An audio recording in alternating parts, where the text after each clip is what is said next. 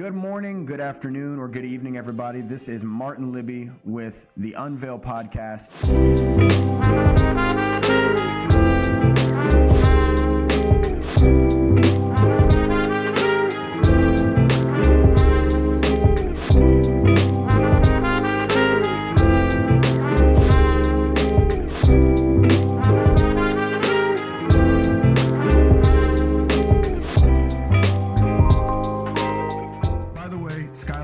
Here, everybody. This is the third episode that I have filmed, and Skylar's finally joining us. He was in the hospital the last time we were recording, and maybe we can get into that in a little bit. But today we are very honored. I'm very honored personally to have Brother Ryan Johns here on the podcast. He would call us best friends, and so I'm really excited that he's here. And he actually has taken time out of his schedule to be with us, and also to troubleshoot for the past hour just to even get on here. Yeah. So we're really happy that he's on here and taking his time out to talk with us. Brother Ryan, can you just kind of give us a little bit of an introduction? We obviously have just introduced your name, but can you tell us where you're from and kind of what you do? Sure, yeah. From Atlanta, Georgia. I work at Atlanta West Pentecostal Church. Married to Kinsey, and I have two amazing kids, Kendall and Camden, 5 and 3, or 3 and 5. But yeah, we have a lot of fun and working here in Atlanta. I've been here for quite a while, over 20 years. Oh my word! We're 28 years. My dad's the pastor, celebrating 28 years, and I think I've worked here since 2006. So whatever that is, like 16 years, 15 years, something like that. So what is your current role at the church? So I am it's a weird role. It's director of worship and production. So okay. I am the music minister and the director of production, kind of unfortunately by default, but it's been fun. Almost 2 years now. I think in February I'll be 2 years in both roles. So I mean, it's a very unique combination. I've never heard of someone doing both of those roles. Right, and you probably won't for a long time. It's difficult. It's not easy, but it's a trend. It's a trend we're waiting to catch. So you're at Atlanta West. For those that don't know what church that you're out of, so you're out of Atlanta West. Your dad is the pastor, and you also have two brothers, correct? Yes, I have middle brother Joel and then younger brother Justin, and they're both siblings? here in Atlanta. Nope, that's it. Just the three brothers. The three brothers. My poor mom. Yeah. So with your unique role as director of worship and production, you obviously are like multifaceted in all of your skill sets. Something that I would say that something that I've noticed personally about you is that you pretty much are like the Renaissance man when it comes to anything that has to do with church admin, church production, church worship. You've pretty much done it all. From my perspective, you might say, no, I haven't, but you pretty much, from my perspective, have done it all. And little known facts about you maybe is that you at one point were a recording artist, and you put out an album and even some singles that like popped off. Yeah. We I grew up. I started writing songs. I kind of out of necessity when I was about 15. We started a band called Down to Earth. And we did a couple little things here and there, like open for like youth congress, like a pre-service thing, like one song. You know how they do the pre-service. And then grew from there, started writing a little more, had the band thing. And then I did my own like kind of solo album. Wanted to be more experimental. It's called Breathe Again. That was a lot of fun, a lot of collaboration. And then a couple years later, it's actually the 10 year. I just hit 10 years. I released a song called Forever I Will Praise You. Kind of wrote it in a little down season for a little bit. You get stressed out, and so I went and took a break, and that song came out of that. And that song has been recorded by several artists, and it's been great. So I released a Christmas single, and from there I just been writing for people. I don't really do anything. It costs a lot of money. So you ghostwrite? I ghostwrite. Yeah, we've me and like the teams I've been working with this year. We've written like 90 something songs this year. Oh my word! So Anything we'd know? This year, not much. I write a lot for FPC North Little Rock. We just did a thing with Mark Crowder. We just recorded. We're just finishing up some songs for a guy named Tyler Sullivan, and written for like Draylen, James Wilson. So I've written for a couple of those guys too. Yeah, so that's kind of fun. That's awesome. pretty I had no incredible. idea you still did any song stuff. It's crazy. Oh yeah. Able to Do Anything by James Wilson. That we wrote that one, and then Power in the Name by Draylen. We kind of co-wrote on that. So Dude, yeah, awesome. couple songs. So yeah. So you're kind of just in there, man. Like you're like you're in the moving and shaking of all this stuff that's happening right now, music-wise. I am, and I enjoy it in the background. That's my favorite place to be, is in the background. I do. Sure. I have to lead worship every Sunday. And I don't have to. I get to, but that's not. That's I right, like production. Production's my heartbeat. Really, being behind the scenes. So, but yeah, that's where I'm at. Well, so actually, Skylar had a great question. How did you venture from the music field to the media field? Skylar, I don't know if you want to expound on that. Yeah, so like how did that overlap? Do you feel like there's any overlap creatively between venturing from music into like production, and you do every form of media basically. Which of those came first, and kind of how did those overlap into each other? So I got into production kind of out of necessity. The guy who was working here he left, and when he left there was no one to fill the role, and they're like, hey, we need help. So I just kind of assumed that role, and thank God for YouTube University and MXU and a bunch of different things. I've just tried to kick in and figure it all out, but like music and like the production and worship actually are very strange because they actually do work together really well. And it has been nice to say, hey, I'm a worship leader, production people, so this is what we need. But then I've also been able to say, hey, worship people, I'm a production person, and this is what we need from you. So the two together, meshing them together, has actually been really nice from a standpoint of each team understanding and not working in a silo. That's my big thing, is not working in a silo. So that's been cool. So it kind of goes hand in hand. Some people are just artists, or some people are just tech, but I like having a little bit of knowledge of both of them. It just helps me out a lot. So I think that's interesting. So like there's that saying of like, how does it go? It's like you can do everything, master of none. I'm not remembering how the saying goes. Yeah. But it's like, so I personally love having a ton of little things that I just know how to do. But I've often wondered do you feel sometimes that you wish you could just focus on just one thing and not have to stretch yourself out to all these multiple facets? Or do you actually enjoy being the guy who's like, you can step in anywhere and just be a part of anything? The jack of all trades, master That's what of it is. none Yes, type thing. yes. Yeah. I actually want to write a book about it, like just because in my life I have felt like I came across this saying. I don't know who it's attributed to, but I kind of put it in a church world, is like where your talents and your giftings intersect with the calling or needs of the church, are where your talents and abilities intersect with the needs of the church, there lies your calling. So like wherever the church needs me to be, that's where I want to be. If they need me as a bass player, I've been the bass player for years. If they need me as a worship leader, I'll be the worship leader. If they need me for production, I'm like, hey, I'll step up and I'll put my abilities to use as much as I can. So that's kind of where I've been in the last season of my life, probably the last 10, 15 years, is I like to lead worship. But going back to your question, if I could focus on one thing, I really wish I could. Sometimes I feel like I would love to just work on music, love to produce music, but I just don't have the time, So it's like with the family, with the work, and then some hobbies, just kind of, it's pretty difficult. So, but yeah, I wish I could probably. Do you feel like the music side draws you more than the production side then?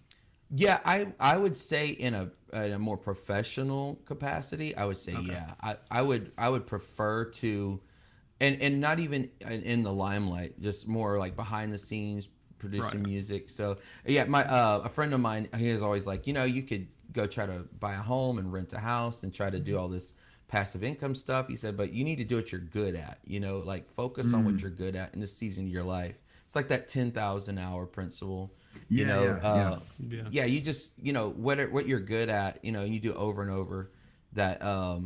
That's what I need to focus on. So I'm trying to do that in 2024. That was kind of a goal that we talked about. Like, hopefully I can like lock it in a little better. I remember the last podcast I had was with Nathan Rippey, or maybe it was Braxton that I talked about this. But basically, it was the idea that I've seen God open up doors in my life to be able to participate and do certain things, and I have a personal model of do everything at 100% when God puts you in that position, even if it's not what you feel like you ultimately are called to do or that you're ultimately going to do long term.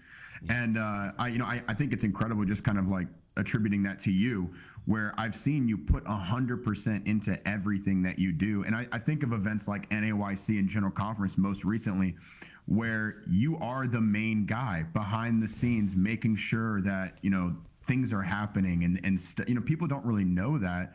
They just kind of see this big event, they see the screens, they see the media, they see all the stuff, and they're just like, oh, it just must come together like this. And they don't know that there's a guy, Ryan Johns, with his laptop on a trash can, calling the shots at NAYC. So just from your perspective, what is it like coming into those events and needing to prepare and whatever your main job was for those specific events? What is that like from your perspective?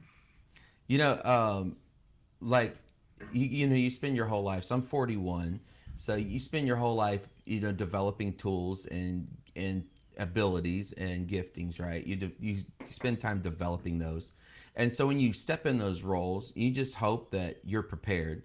And so my biggest thing is I was just talking to my wife about this, is like I don't care about the accolades, I don't care about the needs. I understand that I'm valued. I understand that because they put me in this role, so I get it. They trust me. I'm here, and Sure. I'm here to do a job, and I have to make some decisions, and there's some criticism that comes with that, and hopefully it's constructive. Sometimes it's not.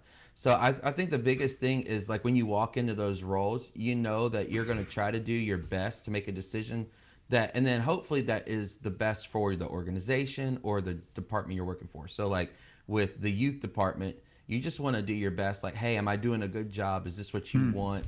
Kind of making sure that where I'm at is, and what I'm doing is fulfilling what they've asked me to do, instead of like a personal agenda, So it's not about Sure. look at me, because if it was, I wouldn't be standing at a trash can, I thought it was so funny. My sister posted that photo of you. It's just like, I love his office. It's just you. It was and a great. trash Yeah. can with your laptop. I know, and I had like my complaint department. They needed to put anything, they just put it right below in the trash can. It's like If I any can find issues. that photo, I'm gonna put it here. I think I've got it tagged somewhere, but no. So that's kind of my thing. Going into it is just like making sure it's not a personal agenda, and making sure that I do it with excellence, because we can't be perfect, right? So Yeah. we just give it 100%, and that's what the job is, and like turn off everything else, focus on this, and then when we get done, we go back to life. No, I think that's incredible. Also, just your you serving at your church, and then also serving at this capacity as well. Skylar, you had another question here that I wanna ask him. Yeah, so I mean, you were just saying earlier, you've been in the creative space, whether it's music or production, for like 20 years now. I know guys who have been doing this for like 6 months and they're struggling with burnout. How have you managed to not get burnt out over the course of 20 years? It's absolutely insane.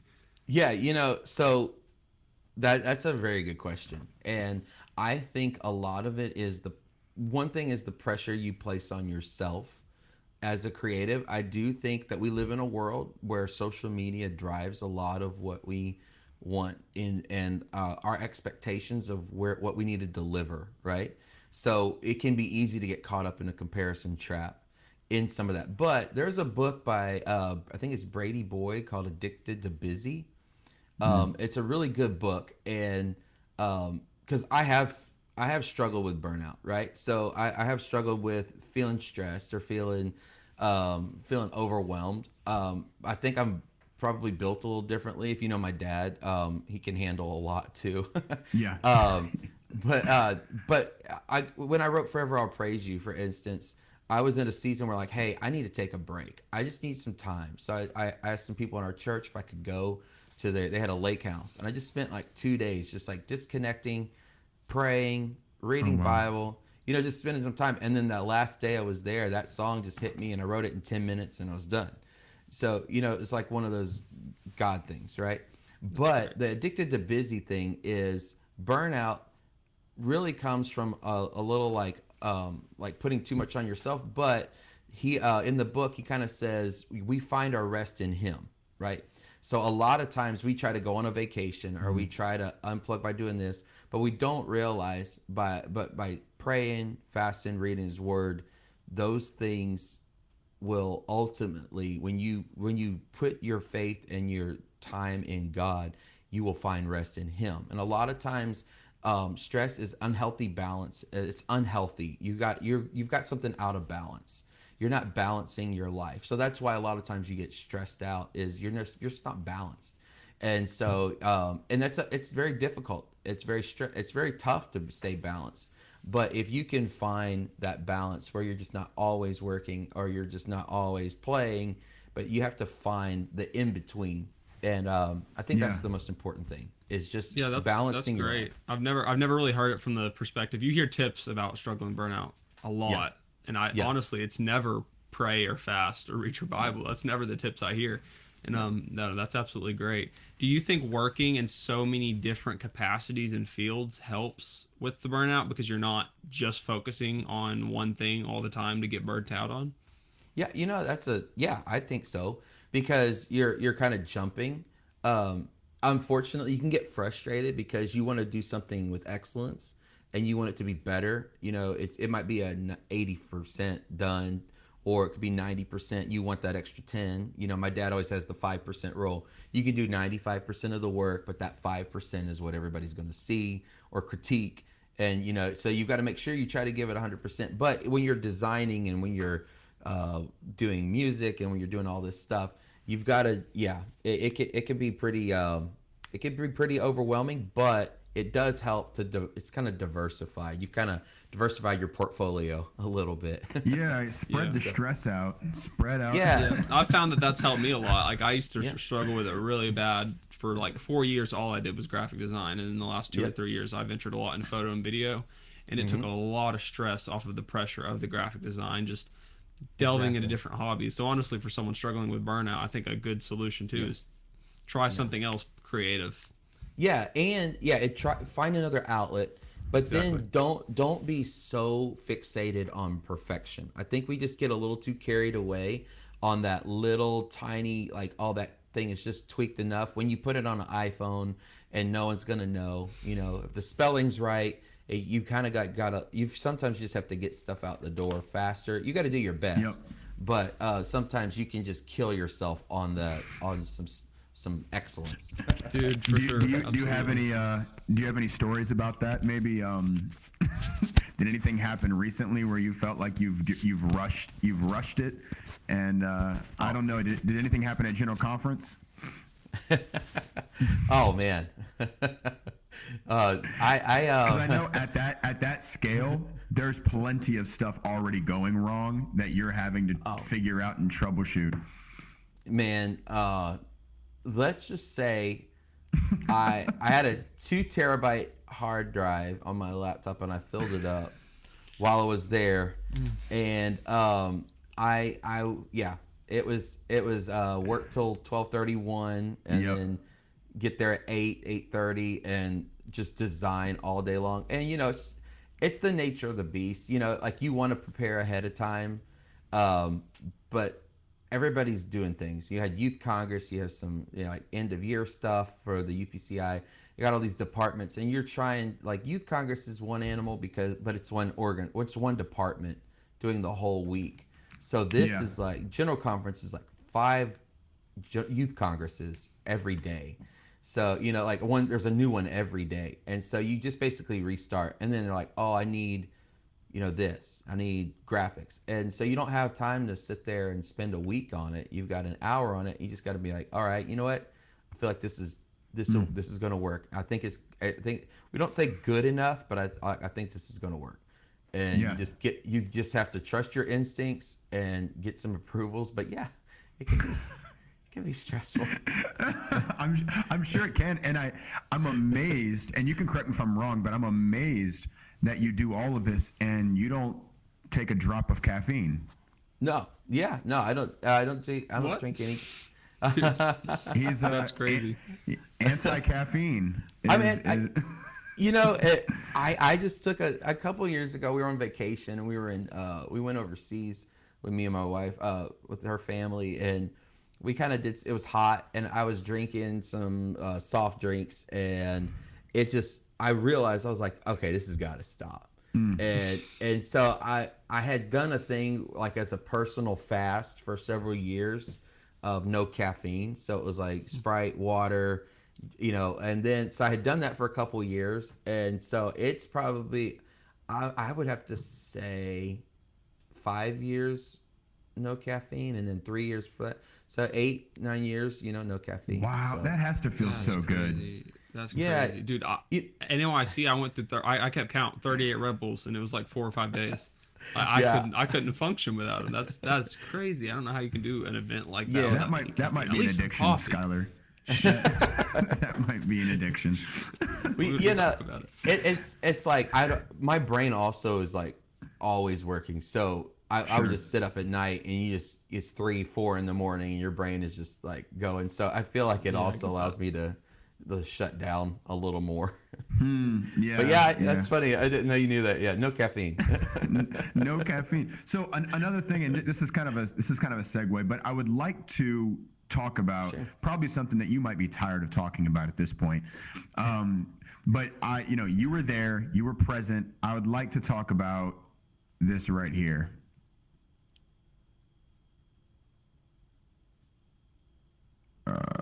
Here we go. Oh. I just want you to kind of give us what this was all about, because this was an incredible. Oh, look at that, an ad. This was an incredible moment here. Yeah. Another cheat code. You can turn off the ads by just doing that.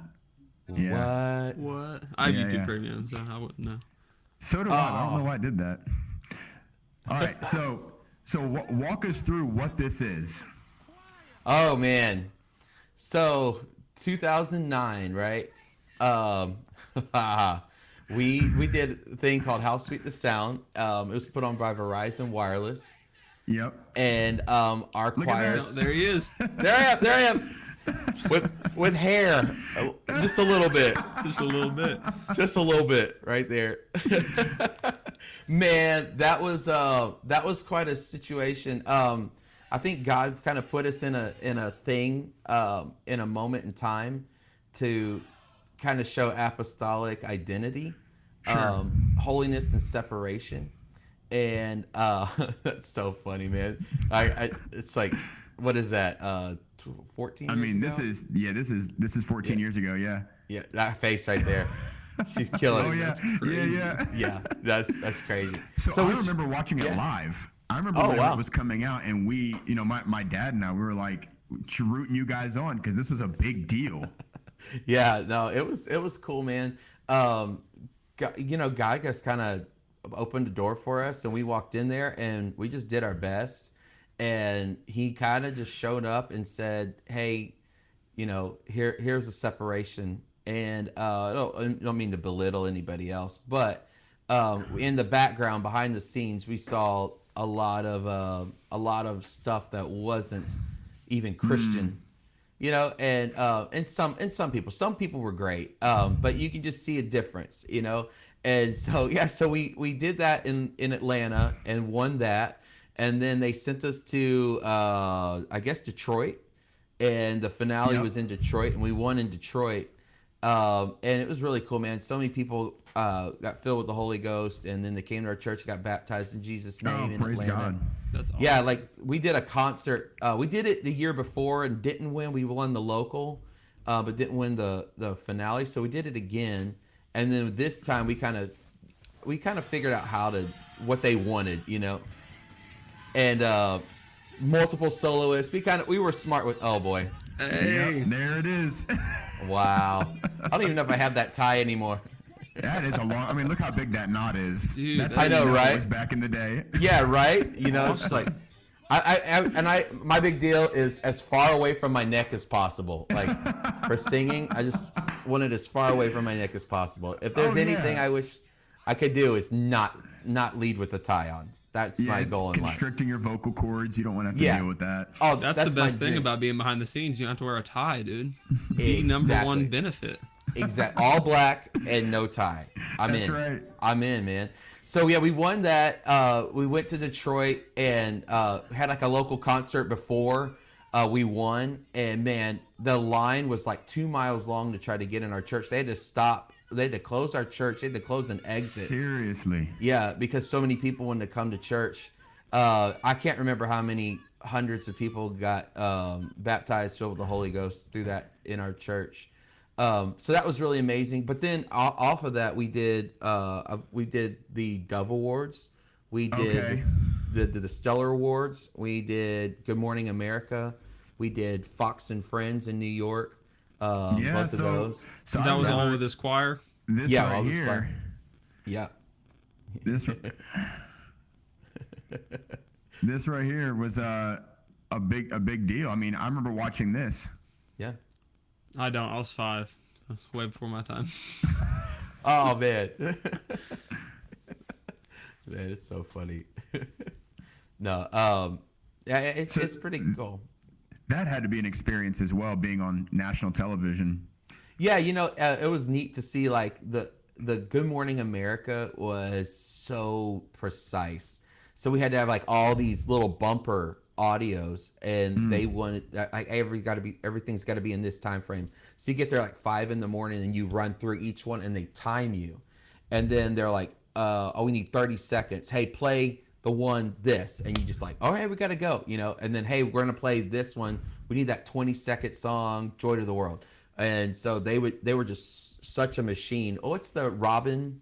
What's her name? Robin. She was really nice. Their whole team was really nice. Fox and Friends was a little less. It was kind of funny. They were a little less structured. Just kind of like. Oh, really? Hey guys, you're gonna sing, and then we did like a after the show online. We sang a whole song on that, but it was cool. Just to see the productions again. I'm over there eating up the production side like this. I bet you are. Yeah. So I think even with that, like I'm interested just to kind of hear, that whole process. You guys heard about this contest, and I'm assuming you had to do some type of entry of like sending a video in. Yeah. We just sent like a song in. Had to fill out like some paperwork because Verizon, it was a whole marketing thing, and they put millions and millions of dollars behind it, and they're just trying to capture a market, and they did a really good job with it. But yeah, they gave us all phones if you want. Like we got all these little phones. Like it was pre-Apple, so I had to. Verizon didn't have iPhone until I can't remember which version. So I was a little sad, but I have that little Verizon phone for a while. But yeah, it was cool. So we tried out. They came back, and we practiced that one song for a long time. I bet. Not gonna imagine. And then we brought in some extra musicians, and then some local guys, and then some people, different musicians. Now, Kurt Canhigh, who is FBC Little Rock's director, he lived in Atlanta at the time. And he actually was the band leader for that, and the band leader because we did an album after that. Really? Yeah. So he was awesome. he was the guy. Yeah. So that was kind of how far we go back. Me and Kurt, maybe a little bit farther than that, but that was like our real where we both got connected together and got to hang out more. That is so cool. Yeah, because he's involved in a lot of stuff. He's kind of got his hands in everything.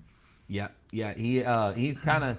He was a hard worker, man. He's worked this hard his whole life, and then when he got to FPC, it just kind of exploded for him, you know, and that church got behind him, and like they wanted to do music and he wanted to do music, and they just work really well together. So wow, they pump out a lot of music.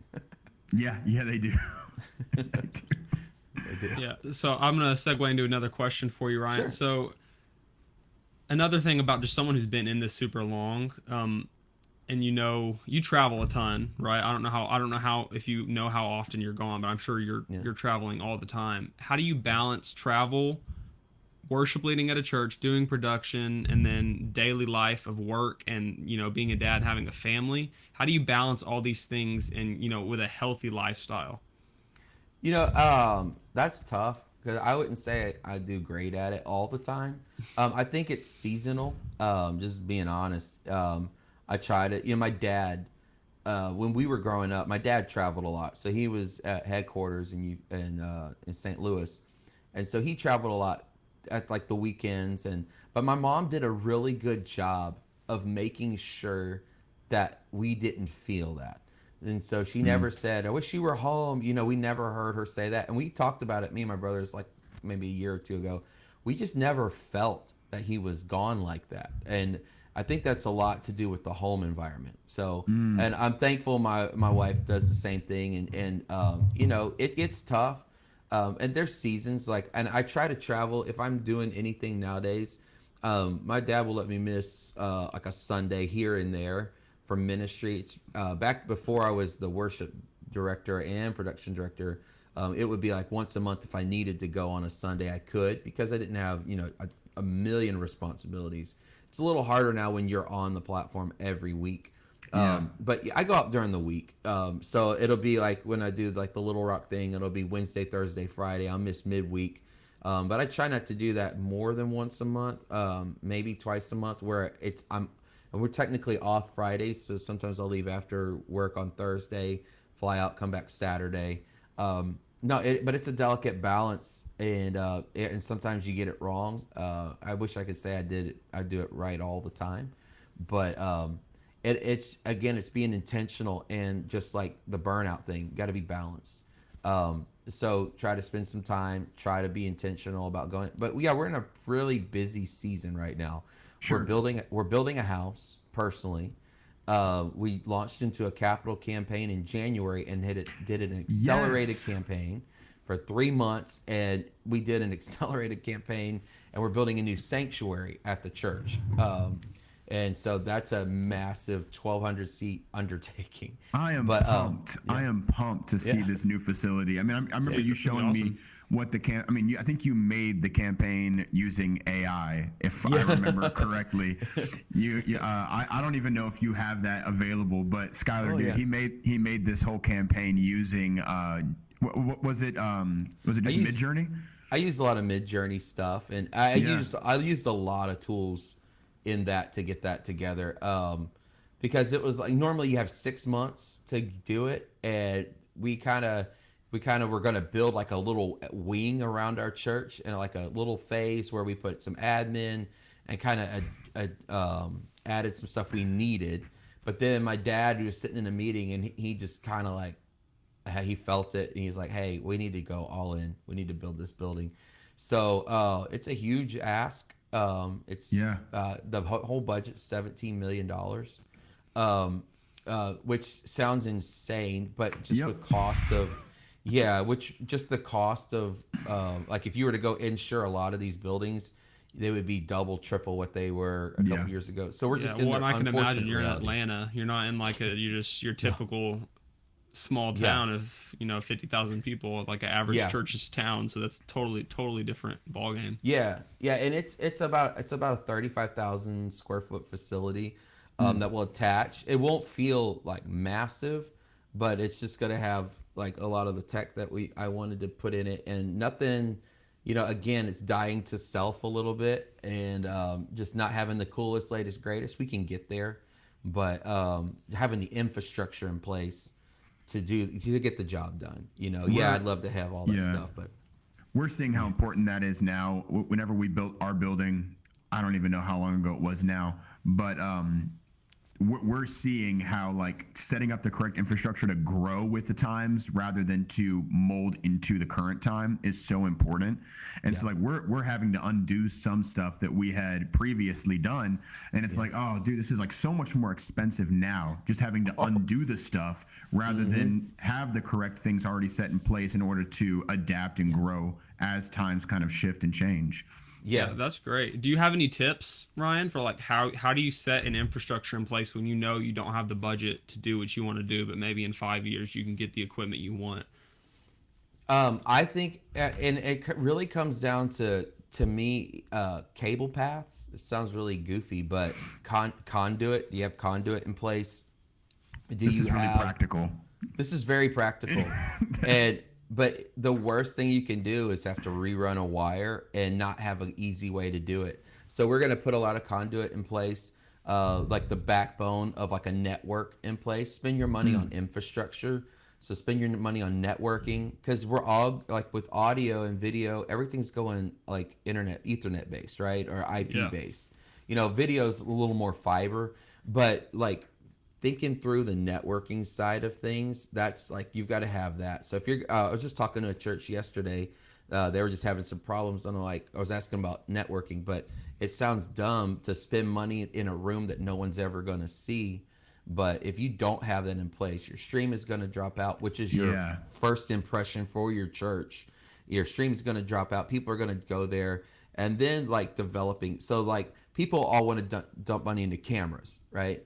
But if you don't have the lighting in place for cameras, you know, might as well just use an iPhone. You know, it's so true. And I tell people like use an iPhone and get really good lights, and they're like, I don't understand. I said, just trust me. You know, don't go and spend all this money on a broadcast camera, a Sony FX9 or whatever, and spend a fortune when you can get the same. You're going to get the same result. And it might look clearer, but it's not going to be great. So spend the money on lighting.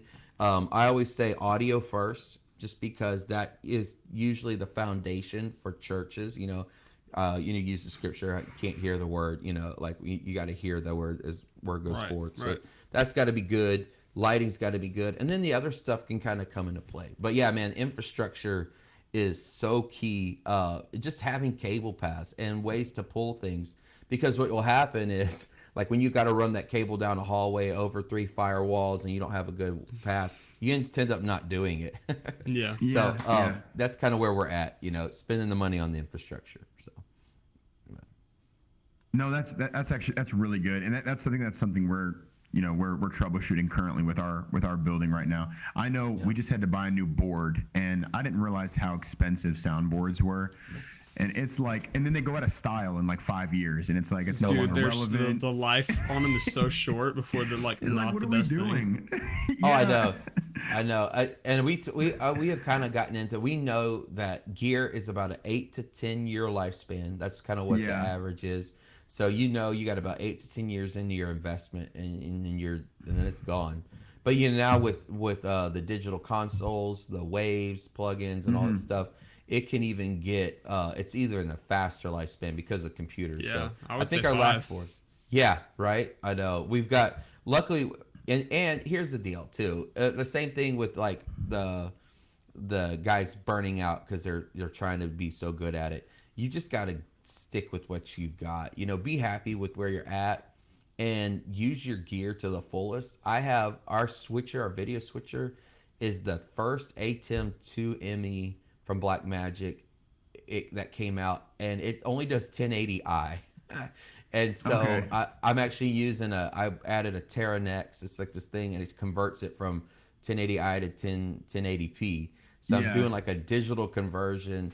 But like I've been able to do alpha keying. I've been able to, that system, instead of saying, hey, we need something better because it has this feature immediately built in, see what your gear is capable of and try to use that first before you get into, you know, another 60, 50 grand for something, you know, that's just insane. You said something earlier, I think it was so wise, and like same thing with what you're saying right now is like know where to spend your money, because I think that, you know, I know personally, I'm not techie enough to really understand where all the money needs to go. So I go to guys like you who actually understand what they're talking about. Because I'm like, yeah, let's buy new cameras. And then I remember going to an event, we were doing live stream at this event, and we were setting up, and they had rented an LED wall, but their keys were not bright enough to combat the LED wall. And so what you ended up having was just a bunch of shadows on the stage. And so we're filming, and then we had to adjust, which just means that, you know, LEDs are blown out, and like just for the key lights. So it's like, man, if you're not investing in the right places, but you have this crazy LED wall, you know, because that's what you feel like you need, you're wasting a congregation's funds for something that is not even going to help you in the long term. Yeah, and is it a tool, or is it the neatest, latest, greatest gadget? You know, like the church. It's a, you know, what we do is we got to be stewards of everything. And I laugh. I was watching some tech tours from Church Front. Sorry, Jake Goslin, all them. Shout out to them. I was watching one, and they're like, "Where?" You know, this one church was like, "We're stewarding the resources," and they have like a Furio like video system. It's like $100,000, and I'm like, all right. But, you know, like economies of scale, I guess, you know, but I was like, okay. So, and I feel like that the same way, there are certain levels. When you get to a certain level in a church size-wise too, there is a more expensive cost. But do you need all red Komodos to shoot your church service? Probably not. I would lean towards that. You know, the FX9s are great. They look good. But are they necessary? Probably not. Can you get by with a cheaper camera? Yeah, there's definitely things that are budget friendly if you need to be budget friendly. But, you know, certain things size-wise, you have to get the job done. You have to spend for the better lenses if you're shooting like 100 feet away and all that stuff, you know. But, yeah, I think it's important to just be I don't know, just be content with what you have and have a plan to moving forward that where you can grow. But yeah, just don't get carried away with, if you can get carried away with gear, because everything comes out. I have this MacBook M2, right? And M3 came out, and I'm just like, same in black. Yeah, in black. I know, and I'm just like, black. I don't really care about the chip, if I'm being honest. Exactly, it's black. And so, but like we had a situation where our computer that we use for Ableton is kind of biting the dust. So guess what? We're getting one in black, and they were like, "Don't steal this one." I was like, "I might." I know, we might switch it out. I might take the M3. Y'all take the M2, and so it still works. That's so funny. Yeah, so but you know, you just got to be careful with the comparison trap, and then needing or wanting things. Yeah. Well, I want to get your opinion on this, because I'm in this space heavily within the marketing field, and even I have kind of a hard time trying to convince other people that they need to do certain things, because I think there's a certain point where you lose the mission and you start focusing in on what is everybody else doing, and I need to quickly catch up to make sure I'm still relevant. And I feel like as apostolics, especially holders of truth, holders of something that is life-changing, and we're trying to deliver this message that's life-changing, is we can sometimes get caught up in the excess and the puffery and the tapestries and neglect really what the important thing is. And so I guess from your perspective, is there a time where it's just too much? Yeah, I have looked at that a couple times and like, do I need this? Is this important?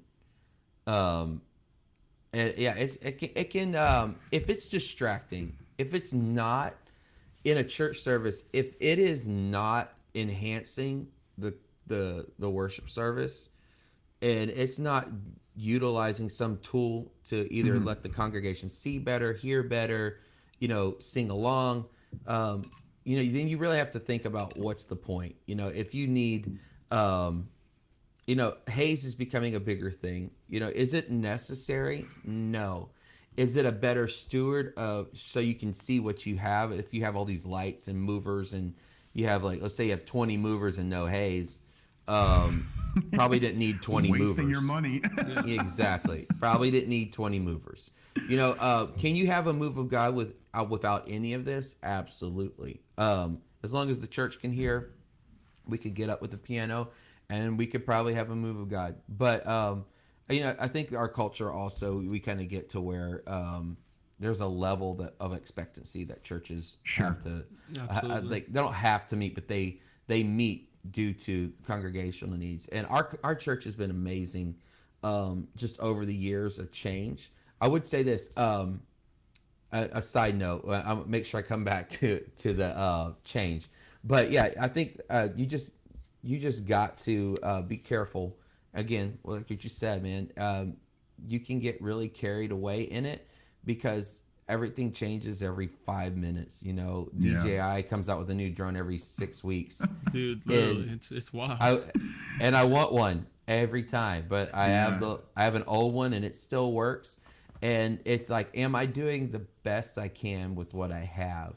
And if you can answer that question, and then you can see a need that still needs to come out after you ask that question, then I think it's time to okay, we need to add, let's try to do this. Like we're doing new projectors for iMag coming up, and when we were budgeted out, it was a not even a 10% swing to go to LED iMag. And so we just were like, hey, we're just going to bite the bullet and do LED walls for iMag. That sounds crazy. Is it necessary? Do they need to see it? No, but they do expect it now. And so we don't want to change it up too much. So I think that's actually a great point you just said, is the expectation that's been placed now on churches. And so I see stuff on social media all the time, both arguments. You have the one side of you don't need XYZ to have a move of God, and we know. And then there's the other side where it's you should have XYZ because they're going to go somewhere else if they want. If you have to get their attention, you have to whatever. And so I'm wondering that balance, striking that balance. And I do think it comes down to being a good steward of what you have. Yep. And I think if you're not working within excellence of what you have, then you don't need to buy the newest and the greatest, but you also don't need to strip everything away and go down to we're having church outside in a tent. Right. There's no problem with a nice old fashioned tent revival, but I do think that there is a nice balance of excellence and modernity, but also not, going over the top and spending money that you just don't need to spend just for the sake of it. I think that we focus too much on trying to garner attention and trying to, I got to have the flashing lights and the best and the greatest and the thing that's going to get them to focus when that's not really the point. Right. Yeah. And I think a lot of it goes back to the social media thing. Yes, it'd be great to have 1 million views, but if they're all 1 million apostolic views, then I don't really care. If it's a 1 million unchurched views, then that matters to me. If I'm posting on social media just because I want everybody in my district to follow my page, it's not important to me unless I'm a district page, But as a church, I don't really care to use my social media as a attention gathering tool for other apostolics. I would rather reach somebody. Now, I don't do great with social media. I kind of have to manage that, and that's just posts on Sunday. I could do better. Are you over it? Yeah, I'm over it. Ryan, bro does everything. Is there a thing you don't do? Man. So yeah, I get done with worship, and then our photographers, they give me a SD card. I go sit at home, go cull through photos, edit 20 photos, jump on Chat GPT, make a thing. Yeah, Oh yeah, my word. No. Yeah, and we need somebody else. We haven't found the right person. We will hire somebody that can do some of this at some point, but it's just finding the right person. And a lot of guys after COVID, they just got locked into churches. Churches started to see how important some of these tech guys are. Yeah, for and sure. Younger guys too. They're chilling and they're free and they're freelancing. But when they get serious about life and getting married and have kids, and they're like, oh, I need some stability. I think that's when these churches have kind of locked these guys in. So right now we're in a more of a free approach for a lot of the tech guys. They're enjoying their freedom. Yeah, and it doesn't last. It doesn't. I hit that not too long ago. I was like, I was talking to Skylar about it. I was like, yeah, like the freelancing, the traveling, going all over the place, it's fun. And then I got married, and I was like, all right, I'm not sure this is as fun as it used to be anymore. It now feels like work, and I've got to actually like focus in and make sure I have a paycheck coming in. Yeah, exactly. So, yeah, Exactly. I haven't hit that yet.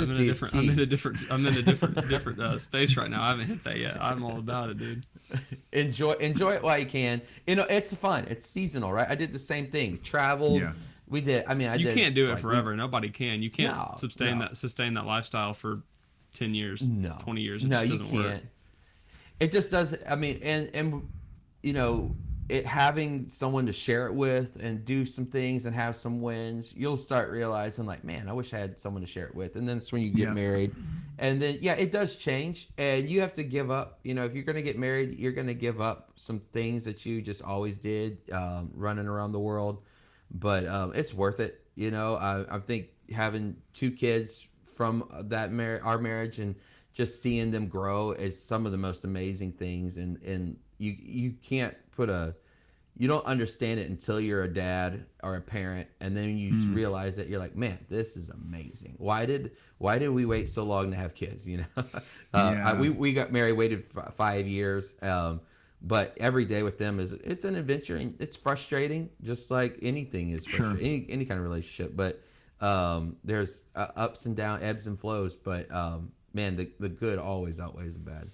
So I think that's it. I mean, you have a very unique perspective, I would say. It's so funny because it's like it's big fish, small pond when you work in the church, and you do so much. And people are always at my church, especially like, "Oh, Martin, are you out of town this month? Are you gonna be somewhere this month?"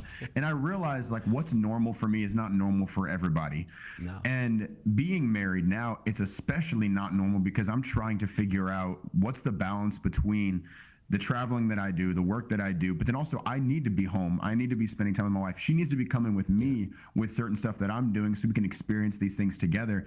And then you add kids to that equation, and it's a whole separate, trying to figure stuff out where we're probably busier than the average person. And yet still operating like the average person. And so, with kids, a wife, full-time job, and then tons of responsibilities, what does that look like for you? What is kind of your organizational system? Or maybe you don't have one. Maybe it's just kind of free flow. I think when we had kids, and he's Camden's in school now, we're homeschooling him, but we keep him on a schedule, and my daughter goes to like a daycare so Kinsey can homeschool Camden.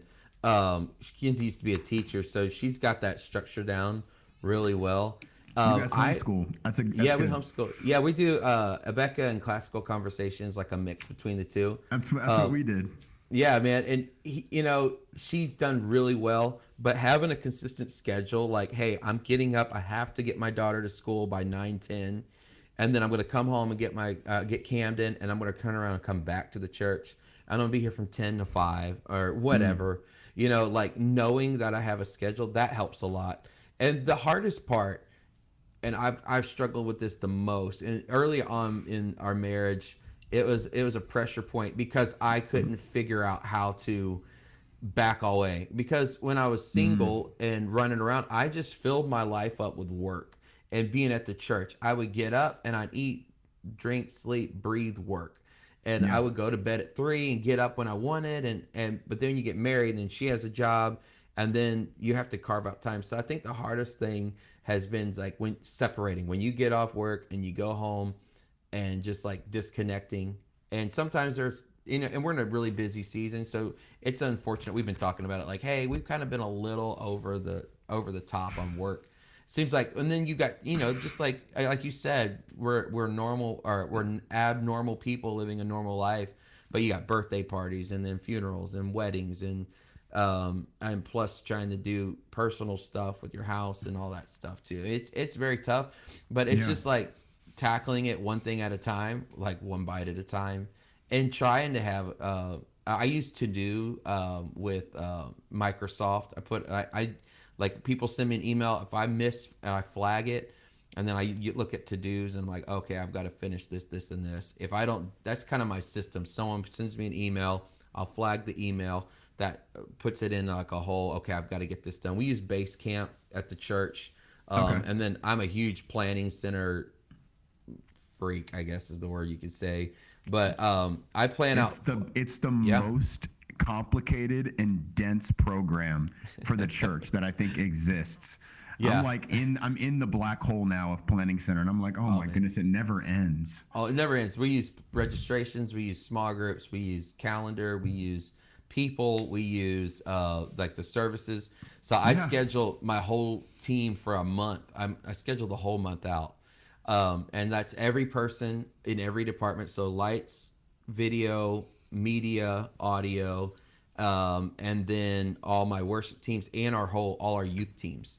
So I'll schedule all them right now. So when December hits, every song is in place, every soloist is in place, and every camera op, everybody's ready to go. So when I can just free myself up. So it takes me about a day and a half to put all that together. But then I can okay, that's done. Breathe easy and let's just go. Yeah. But yeah, that's kind of how I plan. And I basically tell them, it's like, if you guys don't put in the work, that's on you. But if I'm over here being a stumbling block by not preparing in advance or giving you songs in advance so you can be prepped when you walk in the doors, then that's on me, and I don't want it to ever be on me. So I'm just going to make sure that I do my job and resource you as best I can, and then hopefully let y'all prepare. And so when we walk into church, there's a level of expectancy on my part that they're going to be at a certain level because I've given them the tools and the time to put that effort to use. Do you find that your brain is more geared towards maybe more analytical than it is creative? I would say early on I was the other way. The older I've gotten, I've kind of started changing. I feel like I hit 30 and wanted to read books. It's kind of funny, but I was just all of a sudden I will buying everything on Kindle. I was like, what is this? I'm reading all these books. But I realize as a creative, you can look at some of the most creative people that have no money, no job, no influence, because they're not organized to an extent and they don't manage their life well. And I think it's such a waste to see really creative people not be, they need a manager or they need someone in their life because they burn bridges, they make mistakes, and then people just quit using them after time. Yeah, they're super talented and yeah, they can do amazing work, but at the end of the day, they're such a hassle. So that's kind of been my thing too, is making sure I've been organized enough to know, my dad is unbelievably organized. I mean, the guy still uses a day timer on top of he still has the day timer, man. If he gets that out, it's in. So yeah, it's serious. So what you just said though, I want, if any creative is listening, I want you guys to take a note on that because it's very true. If you're not organizing yourself, if you're not responding to people, if you're not answering emails, if you're not on top of your calendar, people will just stop using you. And 100%. It doesn't matter how talented you are, it doesn't matter how much you offer. If it's a hindrance for the client, if it's a hindrance for the person that's just trying to experience what you can give, they'll go to somebody else who might not be as talented, but actually replies to their texts or answers their calls. I've had so many people. I've seen people's career just go nowhere over ignoring a text and a phone call. Because if you don't, if you're not on top of that, I don't care what time it is. If a client's texting you, you need to respond. If something's like that, you got to respond. You can't just ignore them. I've seen people just ignore them, and then you forget again with not keeping up with things like you're saying. You're disorganized. You're like, oh, I'll text them back tomorrow. And then 2 weeks later, you never got back with a client. I've seen guys with way more talent than I have a career go absolutely nowhere because they're not organized and on top of things. Yep. Yeah. And, and unfortunately, texting is it's the communication medium, right? Yep. But at the same time, it's very hard because you can't flag it, and it'll get buried in 20 other text messages. You gotta. Yeah. So I write everything down. I keep a notebook. I have a notebook right here on my desk. I have a to-do list. I keep everything, and I check it off in just the old-fashioned way. It's the only time I ever use a pen. Actually, I don't write anything else down. I write down what I got to do, and then when I'm done and I've done it, you check it off. It's satisfying, and it's a really easy way to keep up with everything. Yeah, and that's so smart because just people don't get it. I have made a decision that cost, like we've spent a bunch of money on some stuff, but like different projects, but I've made decisions based on a lack of communication. Like I solely on that. Great people, great job, but in their season, it just wasn't working. And they were in a tough season. But as me as a church director of production and stuff, like I have to have some stuff done right away. And Sure. it's no harm, no foul, not mad at you, don't hate you. But in this season, I need somebody else to pull this off because I've got to have, there's an urgency to it. Now, do I expect you to text me at 10 o'clock at night? I'm not going to do that to you, but some common courtesies, Absolutely. I'll get to you. I agree with that. Yeah. Well, and, I'll have two more questions for you before we wrap up. yeah, man. First one is, to my knowledge, you have a folder on your computer of funny videos of things that have happened at Atlanta West. Is this true? I have a folder of a lot of things that have happened at a lot of places. So you just have a funny videos folder that just exists, ready to blackmail anybody. Yeah. Like I have a clip. So this is really funny. We have a new console. It's a Digico console and it's Waves. And there is an auto-tune feature in that board. And we kind of were messing with it. And I was like, hey, let's not do this until it's like, and I had said, if it's in the same key, the songs are in the same key for the service, and I'm good with it. Well, we were just working on it, and they thought it was both in the same key. Well, the guy who's running our band and tracks didn't see that I put one song like in the same key, so he was in a different key, and they had turned auto tune on, and I'm up there singing in D, and it's in D flat. And the tuning was in D flat, so it's tuning everything down a half step. So someone sent it to me later, and I have not listened to it. Oh, I will not listen to it. well, send it to us, and we can insert it at the end of this podcast. That's what I think needs to happen. Service doesn't live anywhere anymore. It's not on Facebook. It's not on YouTube. But yeah, dude, that's the annoying thing with the social media stuff is now it's like I'm gonna be on Church Milk. I'm gonna be on. You gotta Church delete of it. You have no Laugh. choice. Yeah, bro. Yeah, and you gotta laugh at yourself. You can't be so uptight. That when you make a mistake, I don't go and beat myself up over it. And I don't beat my teams up over mistakes either. Like we're all human, right? We're gonna make mistakes. And I try to be gracious in how I respond. Now I will, course correct if we need to. Like, hey, we need to do better. But yeah, there's been some funny moments, like tracks not starting and the whole team's just sitting there for like 30 seconds in silence. Oh, it's like somebody say awkward. something. dude, that's the worst. I hate when that Pray, happens. do something. The whole Do church is something. just like you can feel that you can cut the awkwardness with a knife. Yeah. I put like crickets chirping music behind it, Yes, and like, dude, that's awesome.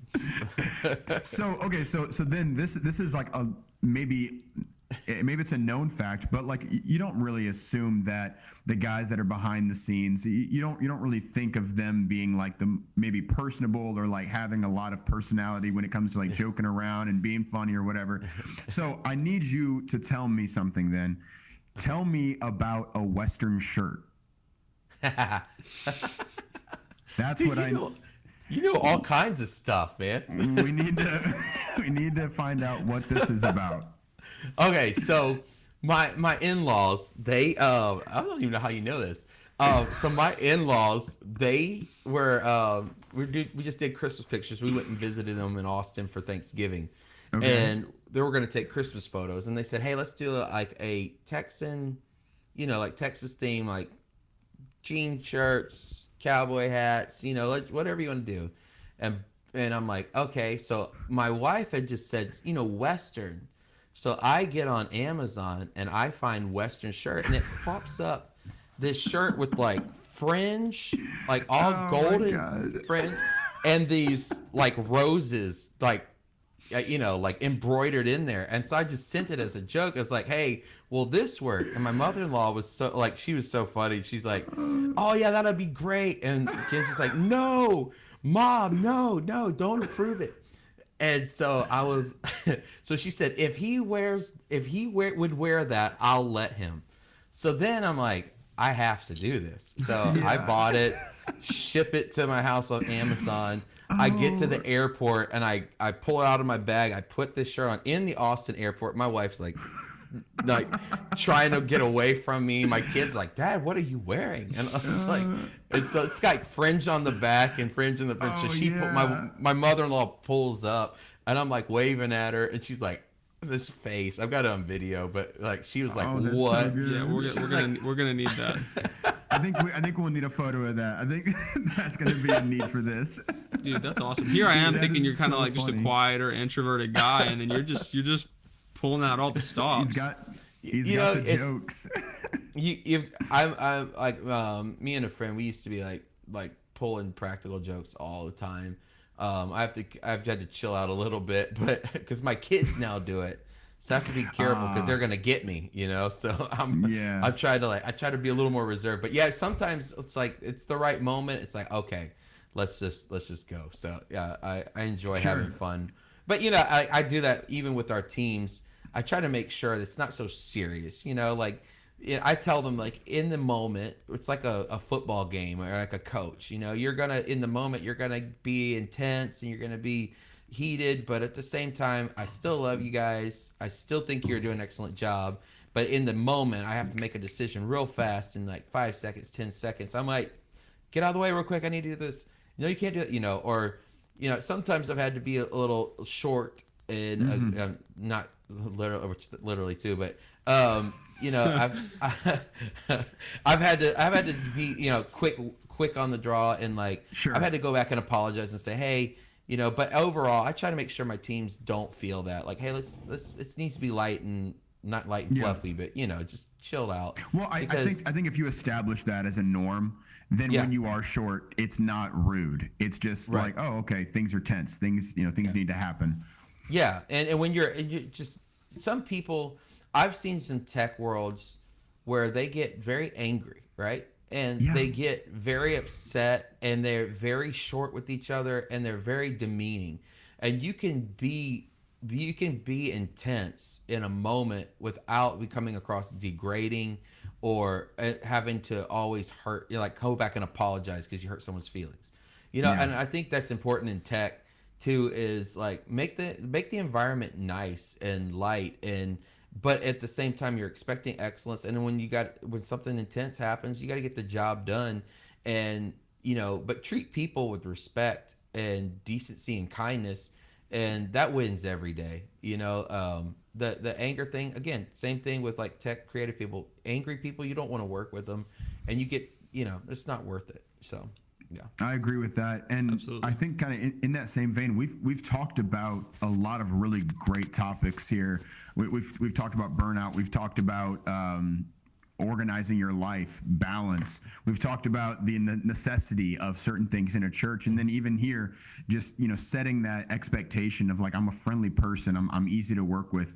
What is one bit of advice before we close out, something that you'd like to leave with somebody, maybe a thought that you've been working on, something you've been thinking about lately that somebody maybe could benefit from? Yeah, just like in life, let me think of how to say this. Don't get caught up in getting the glory for something, and if you can find to be less of you and more of him in a service, it shouldn't matter who does it, who gets the credit for it. If you can be confident in who you are and your abilities and what you're there for and what people have brought you to the table for, you know, you shouldn't try not to need the accolades and need the public affirmation, and just be able to work in the shadows, because God will honor that, and staying humble, because, or you will be humbled, is a big thing, and treating people with kindness. I think there's been a lack of that in the past in a lot of the tech field, and so being kind to people and not needing the affirmation publicly, and being able to go home at night and know you did your best and that it made a difference in someone's life. I think that's the most important thing that I'm learning right now, and I've been talking through, is not like making sure that I don't go home and say, hey, I did that I did this, and I need you to know that I did this. And I think it's fine that no one knows that I did General Conference. They asked, I will talk about it. But do I need them to get up and say, thank you, Ryan Johns, for making sure that we made screen graphics? I don't need that at all, you know? And some of it's a job. So, like, you know, hey, you paid me to do this. That's an affirmation enough. You trusted me enough with this to pay me to do a job. And that's good enough for me. You don't have to get up on a platform and publicly, you know, acknowledge me. So I think that's the biggest thing, is being comfortable and confident in who you are, where you don't need a lot of affirmation in a sense of pride. And then also being kind to people. I think that's something that's super important. Wow, man, that's actually really incredible advice. And I hope you guys a lot of people listening. need to hear it.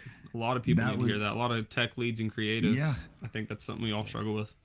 There was a lot of wisdom in that. And thank you, Brother Ryan, for coming on here. And thank you guys for watching. This is the third ever filmed episode for the Unveil podcast. And we don't really have an outro yet. So thank you guys for showing up. Thank you guys for being here. And we will see you next time.